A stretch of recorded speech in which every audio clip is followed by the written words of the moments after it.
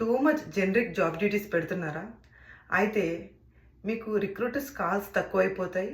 At the same time interview chances కూడా చాలా తక్కువ వస్తాయి. ఇంటర్వ్యూ షెడ్యూలింగ్ ఛాన్సెస్ కూడా తక్కువ వస్తాయి. ఎందుకు? ఎలా కరెక్షన్ చేసుకోవాలనేది ఈ వీడియోలో చెప్తున్నాను.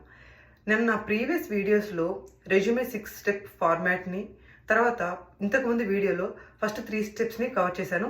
ఇప్పుడు ఈ వీడియోలో ఓన్లీ 4th స్టెప్ ఒక్కటే కవర్ చేస్తున్నాను. Because this is having more impact on resume screening and interview probability.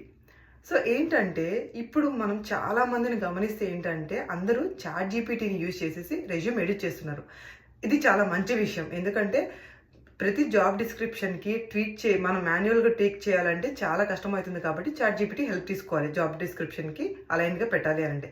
కానీ అలా పెడుతూనే ఏం చేయాలి అని అంటే, పాయింట్స్ అనేటివి ఇంపాక్ట్ డ్రివెన్గా ఉండాలి. అంటే మీకు ఒక ప్రాబ్లం ఉంది, ఆ ప్రాబ్లంకి మీరు ఏ స్కిల్ సెట్ యూజ్ చేశారు, ఆ స్కిల్ సెట్ యూజ్ చేయడం వల్ల ఏం ఇంపాక్ట్ వచ్చింది, ఇలా రాయాలి.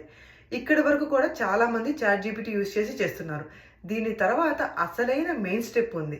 ఏంటి అంటే, 100లో 95 మంది కూడా ఇలాగే చాట్ జీపీటీ యూజ్ చేసి ప్రొఫైల్స్ చేస్తున్నారు. బాగానే ఉంది. ఇక్కడ ఏంటంటే రియల్ ప్రాజెక్ట్ కంటెక్స్ట్ అనేది మిస్ అవుతుంది. అక్కడ ఒక రిక్రూటర్కి 10 రెజ్యూమేస్ వస్తే 8 రెజ్యూమేస్ ఇలాగే ఉండడం వల్ల ఏంటంటే, అందరికీ ఎవరి ప్రొఫైల్కి ప్రిఫరెన్స్ ఇవ్వాలి అనేది రిక్రూటర్స్కి అర్థం కావట్లేదు. సో మీ రెజ్యూమే అనేది స్టాండ్ అవుట్ అవ్వాలి అని అంటే, మీ roles and responsibilities along with impact ఓరియంటెడ్గా ఉంటూనే మీ రియల్ ప్రాజెక్ట్ కంటెక్షన్ తెలుపుతూ ఉండాలి. ఫర్ ఎగ్జాంపుల్, మీరు ఒక రీటైల్ ప్రాజెక్ట్లో చేశారనుకోండి.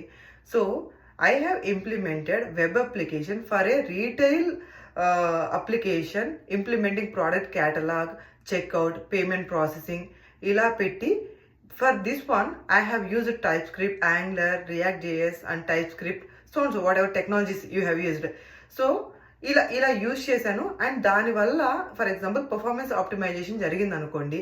సో ఈ ప్రాబ్లం ఉండింది, దానికి నేను లేజీ లోడింగ్ ఏదైనా మెథడ్ అప్లై చేశాను. దానివల్ల 40% అప్లికేషన్ పర్ఫార్మెన్స్ ఇంప్రూవ్ అయ్యింది.